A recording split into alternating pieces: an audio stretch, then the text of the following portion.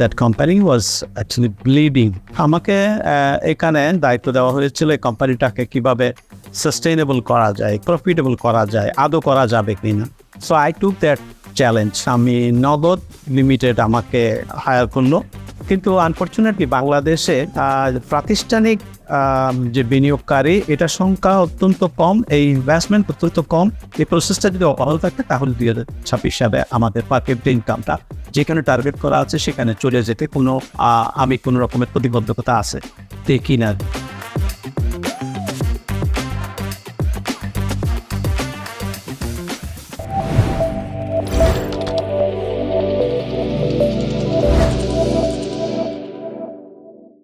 স্বাগত বন্ধুরা, fintech podcast থেকে আমি তানভীর আহমেদ আপনাদের সবাইকে স্বাগত জানাচ্ছি।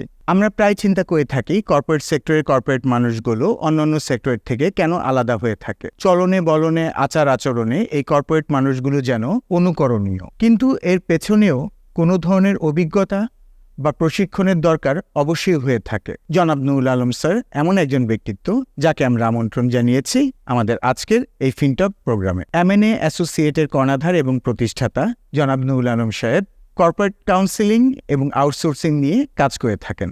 চলুন সরাসরি আমরা আজকে কথা বলি তার সাথে। আপনি আপনার ক্যারিয়ারে বিভিন্ন ধরনের প্রতিষ্ঠানের সাথে কাজ করেছেন, কোন ধরনের প্রতিষ্ঠানের সাথে কাজ করে সবচেয়ে বেশি আনন্দ পেয়েছেন? ধন্যবাদ তানভীর। আমি বেশ কয়েকটি প্রতিষ্ঠানে কাজ করেছি, আপনি ঠিকই বলেছেন। আমি আমার ক্যারিয়ারটা শুরু করি 1981-এ GlaxoSmithKline আমি জয়েন করি। সে সময় এই কোম্পানিটার নাম ছিল গ্ল্যাক্সো বাংলাদেশ লিমিটেড, এবং আমার ক্যারিয়ারের আমি ম্যাক্সিমাম টাইমটা কাজ করেছি GlaxoSmithKline মোর দেন 26 ইয়ার্স। শুরুতেই কোম্পানিটার নাম গ্ল্যাক্সো বাংলাদেশ লিমিটেড থাকলেও পরবর্তীতে গ্লোবাল মার্জারের কারণে কোম্পানিগুলির মধ্যে এই কোম্পানিটার নাম 3বার চেঞ্জ হয়েছে। গ্ল্যাক্সো বাংলাদেশ থেকে এটার নাম হয়েছে গ্ল্যাক্সো ওয়েলকাম বাংলাদেশ লিমিটেড। এটার কারণ ছিল বারোজ ওয়েলকামের সাথে কোম্পানিটা একটা মার্জার হয়েছিল। তার পরবর্তীতে তারপরে এটা হয়েছে আপনার স্মিথক্লাইন বিচএমের সাথে মার্জ হয়ে যায়। তখন এই দুইটা গ্রুপ আবার নাম পরিবর্তন করে হয়ে যায় GlaxoSmithKline বাংলাদেশে। এটার নাম হয় GlaxoSmithKline বাংলাদেশ লিমিটেড। এই সময়টা আমি এখানে কাজ করেছি, এবং আমার দীর্ঘ কাজের জীবনে সেখানে আমি শুরু করেছি ইন্টারনাল অডিটর হিসেবে। পরবর্তীতে যখন বিভিন্ন কোম্পানি থেকে আমাকে হেডহান্টাররা অফার করতেছিল কর্পোরেট গভর্নেন্সে কাজ করার জন্য বিভিন্ন কোম্পানিতে, সো এক পর্যায়ে আমি আরেকটা কোম্পানিতে বাংলালিংকে একটা অফার আমি গ্রহণ করি। তখন আমি গ্ল্যাক্সো থেকে সুইচ করি, এবং এটা ছিল 2007 সাল। 2007-এ আমি সুইচ করি GlaxoSmithKline থেকে বাংলালিংকে। সো যখন আমি ওখান থেকে চলে আসি তখন আমার দায়িত্ব ছিল Glaxo head of department of company secretary.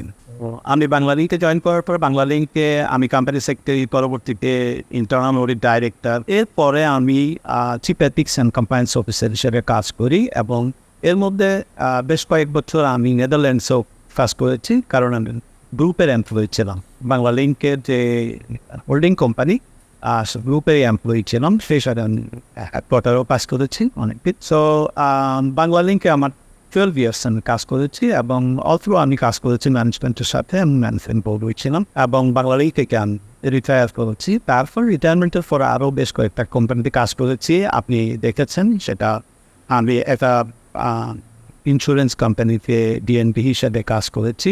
এই কোম্পানিটা অনেক বড় একটা কোম্পানি, বাংলাদেশের লিস্টেড কোম্পানি। তারপরে একটা স্টক মার্কেটের একটা নাম করা ব্রোকারেজ হাউস, অ্যান্ড এটা ইউজিং ছিল।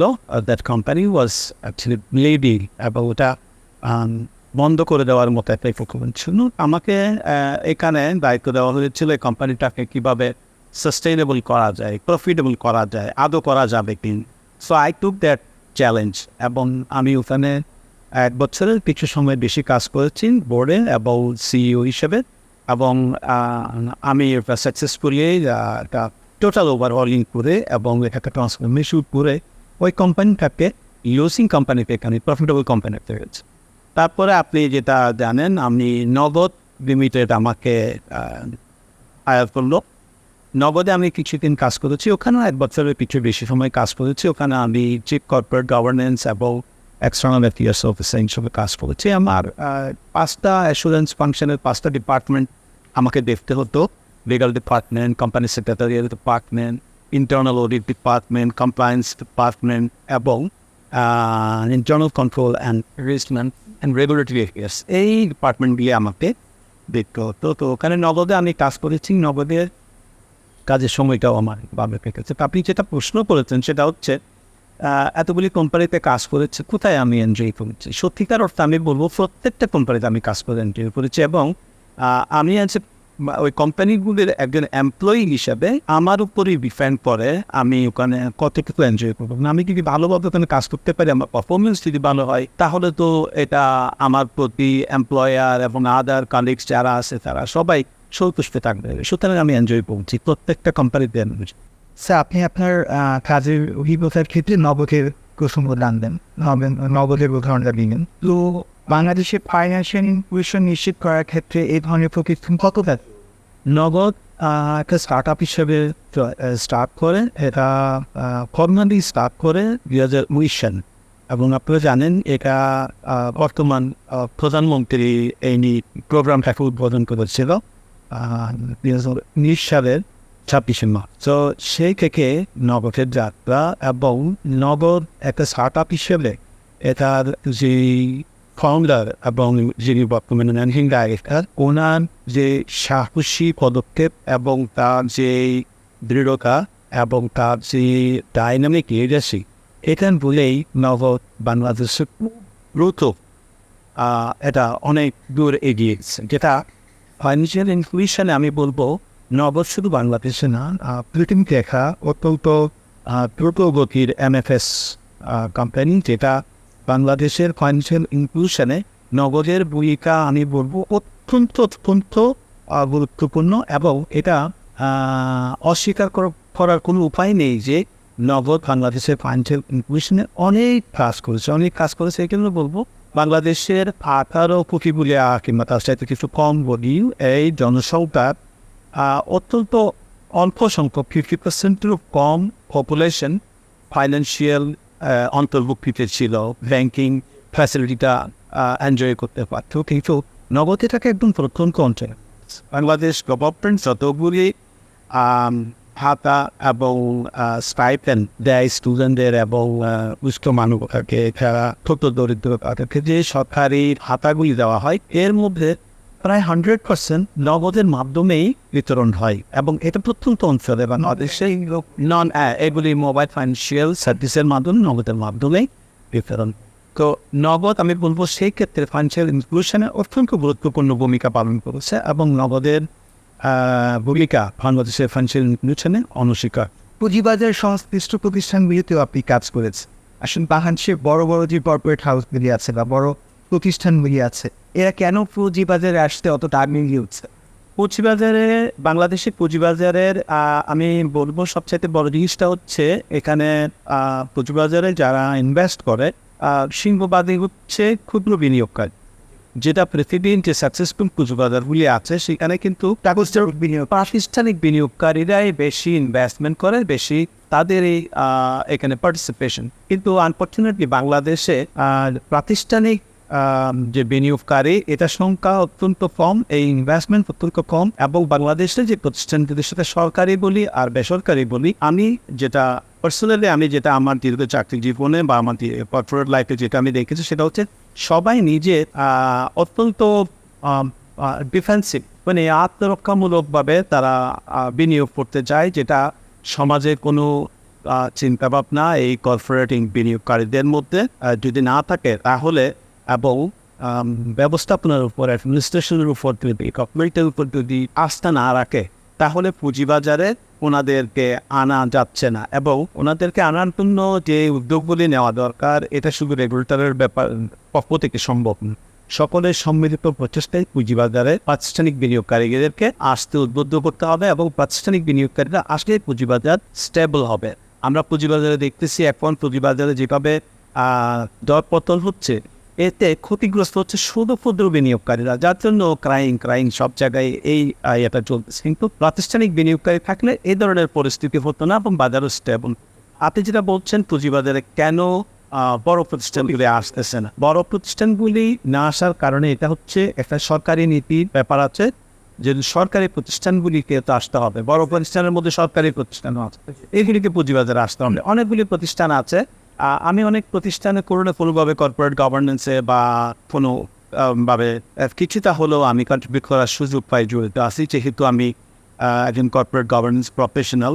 তা আমি যেটা দেখি ওনারা সবারই বোর্ডে সবার মধ্যে একটা পজিটিভ ভাইব আমি দেখতে পাই, যে পুঁজিবাজারে অন্তর্ভুক্ত হতে চায় বা আইপিওতে যেতে চায়, এবং যেগুলি এখন ফান্ড ক্রাইসিসে ভুগতেছে তারা আইপিও থেকে ফান্ড রেজ করতে চায়, ক্যাপিটাল রেজ করতে চায়। কিন্তু এটার জন্য তো একটা সিদ্ধান্তটা অনেক অনেক লেয়ারে হয়, প্রসেসের মধ্যে যেতে হয় সরকারিগুলি, যার জন্য যেখান থেকে সিদ্ধান্তটা রিকোয়েস্ট করা হবে, রেজ করা হবে, সেখান থেকে রেজ করতে ভয় পায় যারা কর্মকর্তা আছে তারা।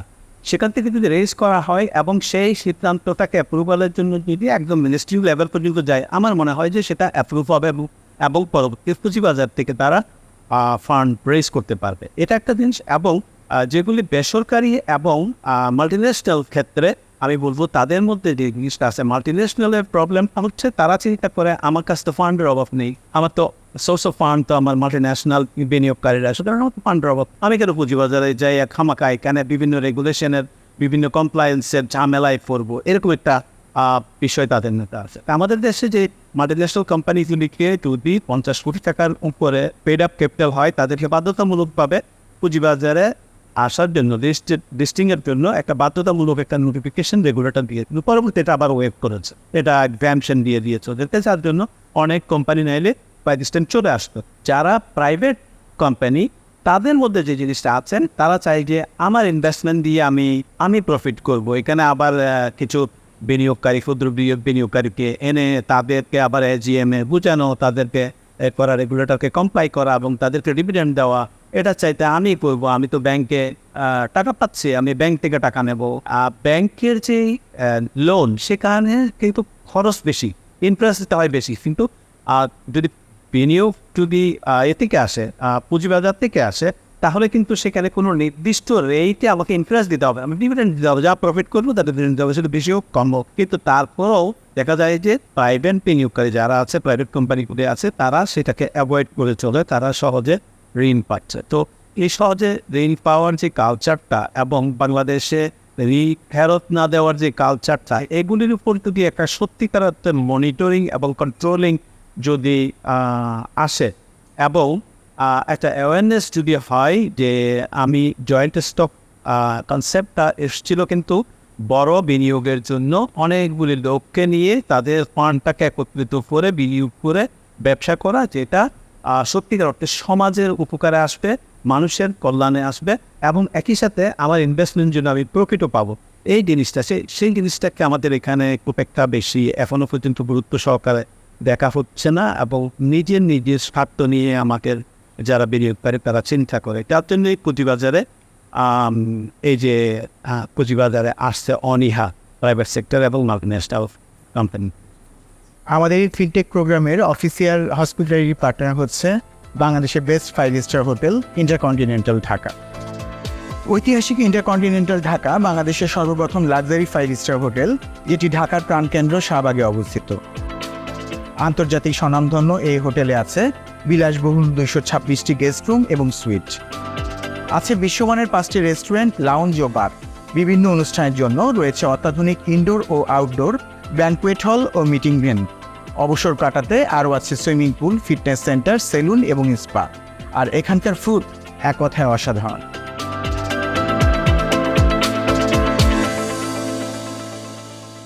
আমরা সরকারি সুশাসন নিয়ে প্রায় প্রশ্ন তুলি, কিন্তু বেসরকারি খাতে সুশাসন আসলে কতটা নিশ্চিত করা গেছে? আমাদের কর্পোরেট সেক্টর, কর্পোরেট কালচার আসলে কতটা গড়ে উঠেছে? প্রশ্নের প্রথম পার্টে যেটা আপনি বলেছেন, সরকারি সুশাসন নিয়ে আমরা অনেক রকমের কথা বলি, মানে অনেক রকমের ক্রিটিসিজম আমরা শুনি। সরকারি সুশাসনের ব্যাপারটা অ্যাকচুয়ালি আমরা যে জিনিসটা দেখি সেটা হচ্ছে, আমরা যারা সরকারের মধ্যে বিভিন্ন পর্যায়ে আমরা কাজ করতে দেখি, ওনাদের মধ্যে সত্যিকার অর্থে অনেক অনেক মেধাবী লোক এর মধ্যে আছে। কারণ গভর্নমেন্টের নিয়োগ প্রক্রিয়ায় কিন্তু সবচাইতে ভালো রেজাল্ট যারা করে তারাই কিন্তু সরকারি চাকরিতে ঢুকতে পারে। তো সেই হিসাবে যদি এই মেধাবী লোকগুলি তার মেধা দিয়ে কাজ করতে পারে, ইন্ডিপেন্ডেন্টলি এই তাদের মধ্যে যদি এই সুযোগটা থাকে, তাহলে আমার মনে হয় অনেক ভালো করতে পারবে। কিন্তু কিছু নিয়ম কানুন এবং কিছু যেটা বলে এই যে অ্যাপ্রুভাল প্রসেসের অনেক লেয়ারে অ্যাপ্রুভাল প্রসেসটা নিতে হয়, এই কারণে এখানে কিছুটা বাধাগ্রস্ত হয় বলে আমার মনে হয়। এবং সরকারি সুশাসনে সরকারের যেই বিষয়গুলি আমরা দেখি, অনেক কিছুই আছে কিন্তু সুশাসনের অত্যন্ত গুরুত্বপূর্ণ বিষয়, এবং সুশাসনটা এর মধ্যে আমার মনে হয় নিশ্চিত করা সহজ, এবং সুশাসন সরকারিভাবে আমার মনে হয় যে অত বেশি খারাপ না। কিন্তু প্রাইভেট সেক্টরে প্রাইভেট সেক্টরে আমরা কথা বলি বেশি, কিন্তু প্রাইভেট সেক্টরে সুশাসনের চাইতে প্রফিট মেন্টালিটিটা যারা বিনিয়োগকারী তাদের মধ্যে এবং যারা উদ্যোক্তা তাদের মধ্যে প্রফিট মেন্টালিটিটা বেশি। তাদের মধ্যে সুশাসনের কথা আমরা শুনি, কিন্তু বাস্তবায়নের ক্ষেত্রে দেখা যায় যে তারা চিন্তা করে আমি বিনিয়োগ করেছি, আমি কেন এখানে একজন ইন্ডিপেন্ডেন্ট ডাইরেক্টর নিয়োগ করে তাকে তার কথা মতো আমি আমার সিও নিয়োগ করি। আমি যেটা বলতে চাচ্ছি, ইন্ডিপেন্ডেন্ট ডাইরেক্টর নিয়োগ করলে বোর্ডে এটা সুশাসনের একটা স্টেট। আর এই ইন্ডিপেন্ডেন্ট ডাইরেক্টর হবে কিন্তু এনআরসি যেটা বলে, নমিনেশন অ্যান্ড রিভিউ কমিটির chairman according to the regulation বা কর্পোরেট গভর্নেন্স কোড বলি। এবং এই এনআরসি থেকে কিন্তু নিয়োগ প্রক্রিয়াটাকে স্পেশালি আপনার সিইও নিয়োগের বিষয়টাকে কিন্তু প্রসেস করা হয়, রিকমেন্ড করা হয় বোর্ড। তো আমি অনেক বোর্ডের চেয়ারম্যান বা সত্যিকার অর্থে যে বিনিয়োগকারী কিংবা যারা উদ্যোক্তা তাদেরকে শুনেছি যে আমি 1,000 কোটি টাকা বিনিয়োগ করেছি, আমি এতটা প্রতিষ্ঠান করেছি, আমি একজন ইন্ডিপেন্ডেন্ট ডাইরেক্টর নিয়োগ করবো, সে আমাকে ডিকটেট করবে অমুককে সিইও হিসেবে নেন, এত টাকা স্যালারি দেন, কেন আমি এটা করবো? এই চ্যানেল একটা মেন্টালিটি কাজ করে। কিন্তু ওনার মাথায় এই জিনিসটা আসে না যে এই প্রসেসটা যদি আমি মেনে চলি তাহলে আমার কোম্পানির সাস্টেইনেবিলিটিটা এনশিওর হবে, এবং যেই মেধা দিয়ে ওই লোকটা আমার এখানে কাজ করতেছে সে কিন্তু আমার এখানে স্যালারি না, যে ইন্ডিপেন্ডেন্ট ডাইরেক্টর সে কিন্তু আমার এখানে কোনো স্যালারি পাচ্ছে না, সে এখানে কাজ করতেছে প্রফেশনাল, সে তার মেধাটা দিচ্ছে। এবং আমি যদি তার এটা নেই, সে তো আমার প্রফিটটা নিয়ে যাবে না, আমার কোম্পানিটা পটেনশিয়াল রিস্ক থেকে সেফ হবে, এবং আমার কোম্পানিটা ভবিষ্যতে সাস্টেইনেবল হবে। এই জিনিসটা কিন্তু এই বিনিয়োগকারীরা চিন্তা করে। আমি এই কথাটা বললাম, কিন্তু বাস্তবেই বাংলাদেশ অত্যন্ত সুনামধন্য একজন প্রতিষ্ঠান, আমি বলবো যে উদ্যোক্তা, আমার সাথে এরকম কথা হয়েছে, এবং এই যে সেম বিষয়ে কথা হয়েছে, আমি ওদেরকে এটা বলতে চেষ্টা করেছি খুব পোলাইটলি, কারণ is a very senior person এবং খুব বাংলাদেশের প্রতিষ্ঠিত এক লোক। তো আমি বোঝাতে চেষ্টা করেছি, না আমার মনে হয় যে আমি ওনাকে কনভিন্স করতে পারিনি। মানে ওনার একটাই কনসেপ্ট যে আমার বিনিয়োগ, আমার প্রতিষ্ঠান, আমি কষ্ট করে এটা প্রতিষ্ঠা করেছি, এখন একজন আমাকে ইন্ডিপেন্ডেন্ট ডাইরেক্টর সে এনআরসি থেকে আমাকে বলবে যে একেই আপনি সিইও হিসেবে নেন, ও এটা আমি কেন? আমি শেষ একটা জিনিস বলেছিলাম যে ইন্ডিপেন্ডেন্ট ডাইরেক্টর তাকেও তো আপনি চুজ করেছেন, কারণ বোর্ডে ইন্ডিপেন্ডেন্ট ডাইরেক্টর নিয়োগ করার দায়িত্বটা তো আপনি চেয়ারম্যান কোম্পানির মালিক হিসেবে আপনিই চুজ করে ওনাকে নিয়ে এসছেন। তো সুতরাং এটা আপনি ওনার যে রিকমেন্ডেশনটা, সাজেশনটা, এটা আপনি যদি গ্রহণ করেন তার কোম্পানির জন্য এটা বেনিফিট হবে। সো উনি দেখলাম যে তারপর এটা দেয়নি, বাট তারপরে দেখে স্যার ওভারঅল আমাদের কালচার এটাই দেশ। প্রসেসটাকে ওনার পছন্দ হচ্ছে, ভালো হোক, কিন্তু এই প্রসেসটা আরেকজন আমাকে বলে দেবে কেন, এই ধরনের একটা মেন্টালিটি, এটা থেকে বের হয়ে আসলে সুশাসন প্রতিষ্ঠিত হবে। বিপিও ইন্ডাস্ট্রি আমাদের দেশে খুব বেশি পুরনো না, বলা যায় 2007 থেকে এটা স্টার্ট হয়েছে। বর্তমানে বিপিও ইন্ডাস্ট্রি সম্পর্কে একটু আমাদেরকে জানান, এই ইন্ডাস্ট্রির ভবিষ্যৎ কি, বা এটার আকার এখন বাংলাদেশে কত বড়? কি বলেছেন, বিপিও ইন্ডাস্ট্রি আমাদের দেশে খুব বেশি পুরনো না, এটার এই কনসেপ্টটা এসছে আমি যেটা মনে করি, আমি জানি না, আই মে বি রং, এটা মোবাইল কোম্পানিগুলি যখন খুব ফ্লারিশ করে বাংলাদেশে, এই 4টা মোবাইল কোম্পানি বর্তমানে 106টা কোম্পানি হয়েছে, এইগুলি হচ্ছে কল সেন্টার। এই কল সেন্টারে কিন্তু প্রচুর লোক আছে যারা আপনার কাস্টমার সার্ভিসে কাজ করে, এবং তাদেরকে হাজার হাজার কল রিসিভ করতে হয়। এইটাকে মোবাইল কোম্পানিগুলি আউটসোর্স করার জন্য একটা উদ্যোগ নিয়েছে, কারণ মোবাইল কোম্পানিগুলির মধ্যে তখন 6টার মধ্যে 5টাই ছিল মাল্টিন্যাশনাল, একটা ছিল শুধু দেশে। হ্যাঁ, এখন 4টার মধ্যে 3টা মাল্টিন্যাশনাল। সো এই মোবাইল কোম্পানিগুলি চেয়েছিল যে তারা আউটসোর্স করবেন, তারা আউটসোর্স করেছে, এবং আউটসোর্স করার জন্য তারা যে আউটসোর্সিং এজেন্ট যে কোম্পানিগুলি হবে, এগুলিকেও তারা প্রতিষ্ঠা করার ব্যাপারে সহযোগিতা করেছে। সো তখন থেকেই এই জিনিসটা এসছে, আপনি ঠিকই বলছেন 2007 সাল থেকে। এবং আমি যদি বলি পাকু, যেটা Bangladesh association of call centre, যেটা এটাও কিন্তু প্রতিষ্ঠিত হয়েছে সেই সময়ই। তো ওটাতে সব বিপিওগুলি ওখানে মেম্বার। গ্লোবাল পার্সপেক্টিভে আমি মনে করি বিপিওর এটা পটেনশিয়ালটা হিউজ। বিপিওর পটেনশিয়ালটা হিউজ। এই জন্য আপনি জানেন বিপিওর যে কাজটা, সেটা হচ্ছে আপনার বিভিন্ন প্রসেসটাকে আউটসোর্স করে দেওয়া। আমি একটা এক্সাম্পল বলি, গ্ল্যাক্সোস্মিথক্লাইনে 2006-এ, মানে আমি যখন ওখান থেকে চলে যাই তার ইমিডিয়েটলি আগে আমি একটা কন্ট্রাক্ট সাইনিংয়ে পার্ট ছিলাম। সেটা ছিল জুয়েলিক ফার্মা নামে একটা বিদেশি একটা কোম্পানি, তার সাথে গ্ল্যাক্সোস্মিথক্লাইন একটা কন্ট্রাক্ট সাইন করেছিল। সেটা হচ্ছে ডিস্ট্রিবিউশনটাকে জুয়েলিক ফার্মাকে দিয়ে দেয়। আচ্ছা, গ্ল্যাক্সোস্মিথক্লাইন শুধু মেডিসিন প্রডিউস করবে, কিন্তু এই ডিস্ট্রিবিউশন চ্যানেলটা আলাদা করে হায়ার করবে, প্রমোশনটাও করবে গ্ল্যাক্সোস্মিথক্লাইন।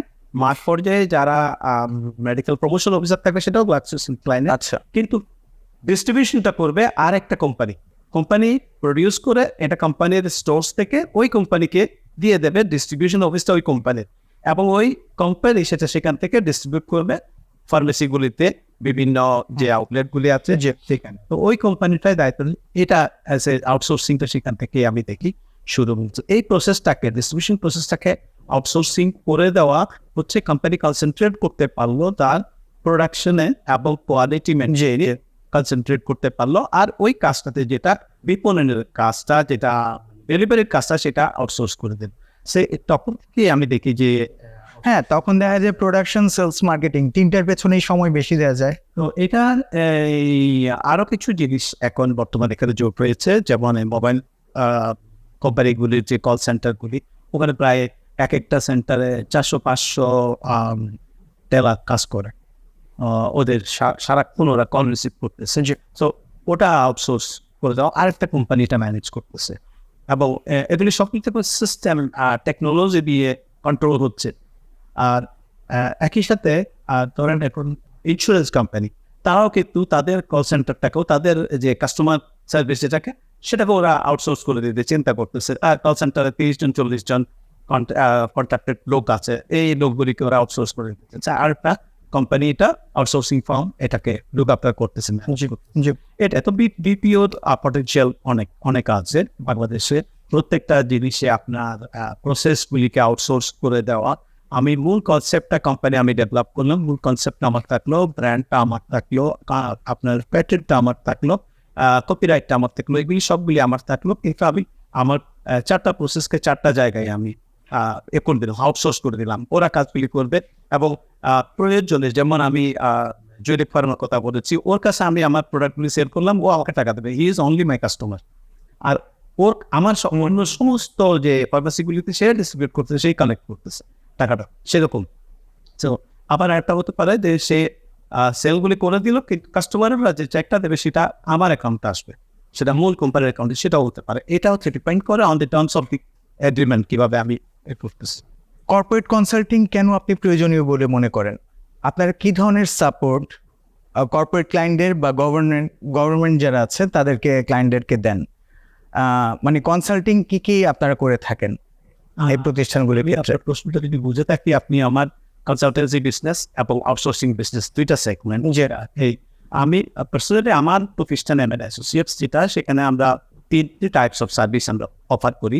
এটা প্রথমটা হচ্ছে আমরা corporate governance compliance certification, listed কোম্পানিগুলির জন্য এটা দরকার, এটা আমরা এই সার্ভিসটা প্রোভাইড করি। এবং তার সাথে একটা ইন্ডিপেন্ডেন্ট স্কুটিনাইজার সার্ভিস আছে, সেটাও লিস্টেড কোম্পানিগুলিকে তাদের জিএম মানে তাদের শেয়ার হোল্ডার মিটিংগুলির জন্য এই সার্ভিসটা ওদেরকে নিতে হয়। সো এটাও আমরা প্রোভাইড করি। 2 নম্বরে যেটা আমরা করি সেটা হচ্ছে external assessment of independent oversight কিংবা ইন্টারনাল অডিট ফাংশন। এটা global internal audit standard comply করতে হয় বা মাল্টিন্যাশনাল কোম্পানিগুলিতে বাধ্যতামূলকভাবে। বাংলাদেশে এখন গভর্নমেন্ট অর্গানাইজেশনগুলি এটা কিন্তু ফলো করতেছে। আচ্ছা, তো ইন্টারনাল অডিটের এই কাজটা, external assessment of internal audit function, এই জিনিসটা আমার সেকেন্ড টাইপস অফ সার্ভিস আমি অফার করি। যেমন আমি কয়েকটা মাল্টিন্যাশনাল কোম্পানিতে করেছি বাংলাদেশে। লোকাল কোম্পানিগুলি হয়তো আসবে এবং দুইটা গভর্নমেন্ট বড় অর্গানাইজেশনে আমি করেছি এটা। কোভিডের ইমিডিয়েটলি পরে একটা স্টেট ওন একটা ব্যাংক আমাকে একটা কাজ নিয়েছিল, সেটা হচ্ছে to develop a virtual audit manual. মানে আমি অডিট করার কিন্তু ফিজিক্যালি যেতে পারতেছি না, ভার্চুয়ালি কীভাবে আমি করব সেটা। তো ওই আমরা সাকসেসফুলি একটা ভার্চুয়াল অডিট ম্যানুয়াল করে দিয়েছিলাম। সো এরকম এবং একটা ইন্টারনাল অডিট প্রসেসটা ডেভেলপ করে দেওয়া, ওই পলিসি প্রসিজিওর ইত্যাদি। আরেকটা গভর্নমেন্ট অর্গানাইজেশন সেটা কাজটা আমাদের, আমরা সেটাও করে দিয়েছি। এবং একটা মাল্টিন্যাশনাল কোম্পানিতে বেড়ে রিসেন্টলি আমরা যেটা করছি external assessment of internal audit function, তাদের যে ইন্টারনাল অডিট ফাংশন আছে ভেরি উইক। বিগত 5 বছরের সমস্ত রিপোর্টগুলি, সমস্ত কাজগুলি আমরা দেখে তার উপর রিভিউ করে একটা অ্যাসেসমেন্ট, এক্সটার্নাল অ্যাসেসমেন্ট রিপোর্ট দেওয়া। দিস ইজ রিকোয়ারমেন্ট, এটা by the provisions of global internal auditing standard. So এটা বাংলাদেশে এখনো খুব একটা পরিচিত না, বাট মাল্টিন্যাশনাল কোম্পানি করে। থার্ড যেটা কাজটা আমরা করি সেটা হচ্ছে আউটসোর্সিং, যে পিপিও কথা। আমি এখন একটা বড় অর্গানাইজেশন, এটা joint venture organization Bangladesh India. তো ওখানে আমরা আউটসোর্সিং এর কাজ করি 5টা ডিপার্টমেন্টে। আমরা 5টা ডিপার্টমেন্টে আমাদের ম্যান পাওয়ার কাজ করে, সেটা আইটি ডিপার্টমেন্ট আছে, ইলেকট্রিক্যাল মেনটেন্যান্স ডিপার্টমেন্ট আছে, ওদের ওয়েলফেয়ার ক্যান্টিন ম্যানেজমেন্ট আছে, এবং ওদের এইচআর একটা পার্ট আছে, এবং ওদের একটা ফুল স্যাম্পলিং সুপারভিশনের একটা পার্ট আছে। 5টা ডিপার্টমেন্টে এমএন অ্যাসোসিয়েটসের ম্যান পাওয়ার কাজ করতেছে। Full process with the man power, full কাজটা আমরা এই ডেলিভারি দিচ্ছি, এবং এই এমপ্লয়িগুলি সব ক্লিয়ার এরকমই। সো এটা আমরা আমাদের 3টা সার্ভিস আমরা অফার করতেছি। এবং আমার মনে হয় যে বাংলাদেশে এই আউটসোর্সিংয়ের কাজটা আস্তে আস্তে এটা পপুলার হচ্ছে, এবং এটা আরও সামনের দিকে আরও এটার পপুলারিটি পাবে এবং আরও এটা ইফেক্টিভ। স্যার, আপনার কাছে আমাদের শেষ প্রশ্ন, সেটা হচ্ছে আপনার এখন কাস্টমার কারা, আর আগামী 5 বছর পর এই ইন্ডাস্ট্রিটাকে এবং বাংলাদেশের ইকোনমিকে আপনি কোন জায়গাটায় দেখতে যাচ্ছেন? আমি আমার কাস্টমার পার্টিকুলারলি আমি নামগুলি বলবো না আপনাকে। আমার কাস্টমার ইনক্লুডেড লিস্টেড কোম্পানিজ। তাদের স্যাটিসফ্যাকশন কীরকম? এর মধ্যে ইন্স্যুরেন্স কোম্পানি আছে, জেনারেল এবং লাইফ ইন্স্যুরেন্স কোম্পানি, এবং ফার্মাসিউটিক্যাল ম্যানুফ্যাকচারিং কোম্পানি, যারা লিস্টেড কোম্পানি। এই কোম্পানিগুলির মধ্যে আমি বলবো আমরা কর্পোরেট গভর্নেন্স, কমপ্লায়েন্স সার্টিফিকেশন এবং স্ক্রুটিনাইজের কাজটা করতেছি, এবং দে আর ভেরি হ্যাপি, এবং তাদের সাথে আমাদের সম্পর্কটা খুব ভালো। এবং এখানে 3টা মাল্টিন্যাশনাল কোম্পানি বড় কোম্পানি আছে, এগুলি যাওয়ার ওই other sector but listed company. তারপরে আপনার যেটা আমার ইন্টারনাল অডিটের যেটা, সেখানে আপনার মাল্টিন্যাশনাল মোবাইল কোম্পানি আছে, যেটা external assessment of internal audit function আমরা করেছি, এবং এখানে একটা ইয়েও আছে, নাম বলে দিতে ICTDL's মতো একটা, এবং গভর্নমেন্ট অর্গানাইজেশনের মধ্যে LGEDর মতো কোম্পানি আছে, এবং ফাইন্যান্স মিনিস্ট্রির আন্ডারে কিছু প্রজেক্ট আছে। এগুলি ইন্টারনাল অডিটের কাজে আমরা কিছুটা কাজ করেছি, করার সুযোগ হয়েছে। আর যেটা আউটসোর্সিং এর ব্যাপারে আমি বলবো, গভর্নমেন্ট অর্গানাইজেশন এবং মাল্টিন্যাশনাল অর্গানাইজেশনে আমরা আউটসোর্সিং কিছু কাজ আমরা করতেছি এখন, আমাদের সাথে কয়েকটা কন্ট্রাক্ট আছে এরকম। সো আমি মনে করি যে বাংলাদেশের আপনার লাস্ট পার্ট এই কোশ্চেনের ইকোনমিক ডেভেলপমেন্ট বাংলাদেশের যেভাবে হচ্ছে, আমরা অন্য পলিটিক্যাল বা অন্যদিকে আমরা না যাই, আমরা যেটা বলবো বাংলাদেশের ইকোনমিক ডেভেলপমেন্টটা খুব দ্রুতই হচ্ছে, এবং এইভাবে যদি এটা চলতে থাকে তাহলে বাংলাদেশের যেটা গ্র্যাজুয়েশন প্রতি ডেভেলপিং আপনার আমরা আশা করতেছি ডেভেলপিং কান্ট্রি থেকে লিস্ট ডেভেলপ কান্ট্রি থেকে ডেভেলপিং কান্ট্রিতে উন্নতি গ্র্যাজুয়েশন 26 সালে, এটা আমার দৃষ্টিতে এটা পজিটিভ। কারণ যে ডেভেলপমেন্টের যে ইকোনমিক ডেভেলপমেন্টের যে প্রসেসটা, এই প্রসেসটা যদি অবল থাকে তাহলে 2026 সালে আমাদের পার ক্যাপিটা ইনকামটা যেখানে টার্গেট করা আছে সেখানে চলে যেতে আমি কোনো রকমের প্রতিবদ্ধকতা আছে দেখি না, যদি না কোনো ধরনের বড় কোনো ডিজাস্টার না হয়, তাহলে আমরা অ্যাচিভ করতে পারবো। এবং বাংলাদেশ ইকোনমিক্যালি গ্রো করতেছে এবং গ্রো করবে, যেটা এক্সপেকটেশন আমরা করতেছি, সেটা আমি hopeful. Thank you very much. দর্শক, নলেজের বিকল্প কোনো কিছু হতে পারে না। বাংলাদেশের অর্থনীতির চাকাকে যারা এগিয়ে নিয়ে যাচ্ছে, সেই সব মার্কেট এক্সপার্টদের কথা আপনি যখন শুনবেন, তখন সেগুলি ভিত্তি গড়ে দিতে পারে আপনার কেরিয়ারের। কাজেই বিজনেসম্যান, জব হোল্ডার, হাউসওয়াইফ বা স্টুডেন্ট, আপনি যেই হন না কেন, সাবস্ক্রাইব করুন আমাদের চ্যানেল এবং বেল আইকনটি পাশে টিক চিহ্ন দিয়ে রাখুন, যাতে আমাদের এই ফিনটকের প্রোগ্রামগুলি আপনি সবসময় আপডেট পেতে পারেন। Thank you so much sir, আমাদেরকে সময় দেওয়ার জন্য। থ্যাংক ইউ আপনাকেও। That is perfect.